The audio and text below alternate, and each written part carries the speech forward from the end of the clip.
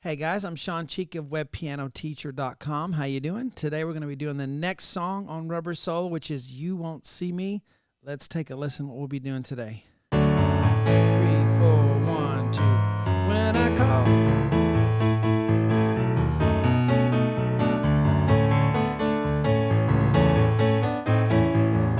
So there is a piano part in this, right? You got to really listen, but you can hear there's a piano in there on a lot of these songs. So I'm showing you those parts, plus some other cool bass lines and guitar licks we can throw in as well.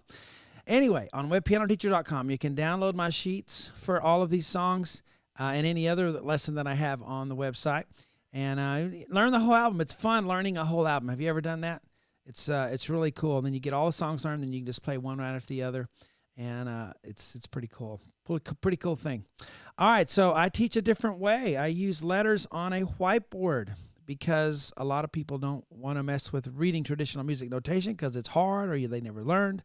But they can play and they want to learn. So this works for them. It's worked for millions of people. And if you've had are a troubled reader but you like to play, this may work for you. That's the demographic that come to my website. So let's take a look here. And I don't dumb anything down. I show you everything. In fact, this method works a lot better for some techniques of rock playing, popular music playing. So we have the little intro again at the beginning. Da da da da. So the bass is really important in the Beatles, and Paul would always like to do arpeggio kind of things. Da da da da. And then do do do do.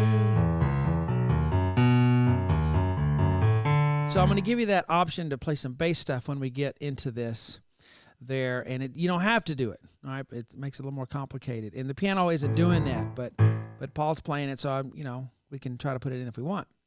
But at the beginning, for sure, you can do it. D, F sharp, A, D. I'm going to go 4, 2, 1, 5. Right hand F sharp, A, D with 1, 2, 5. So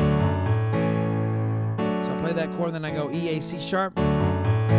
Whenever I don't hear the piano, which either the piano's not going or maybe I'm just not hearing it myself or whatever, I'll figure out what the chord is and we'll play something there. So kind of you'll always have something to play. 1, 3, 4, 1, 2. So the counting here is important. They're not just holding that for whenever. It's counting 1 and 2 and 3, 4, 1, 2, 3, 4. That's the bass line. G sharp, F sharp, E, and I think it's important to the song.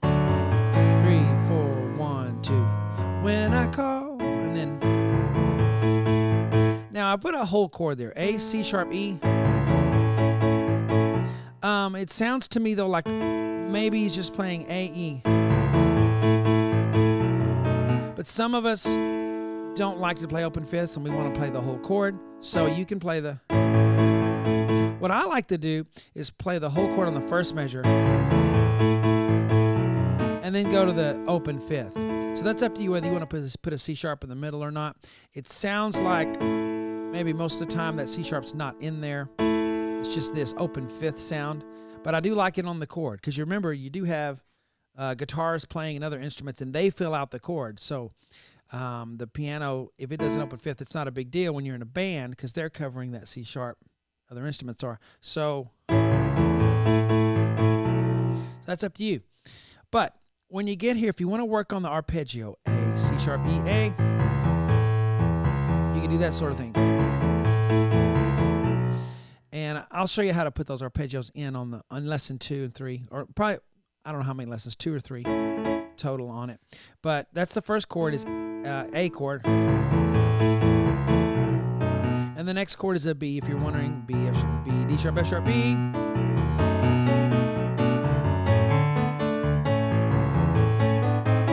All right, so let's go from the beginning. 2, ready, go. 3, 4, 1, 2. When I call. If you didn't do the arpeggio, you go.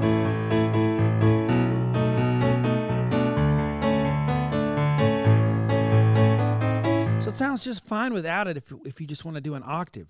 It really does. So I'm just giving you options to do an arpeggio on the left hand. Okay? Hope you guys enjoyed that part 1. I'll see you on webpianoteacher.com. Talk to you later.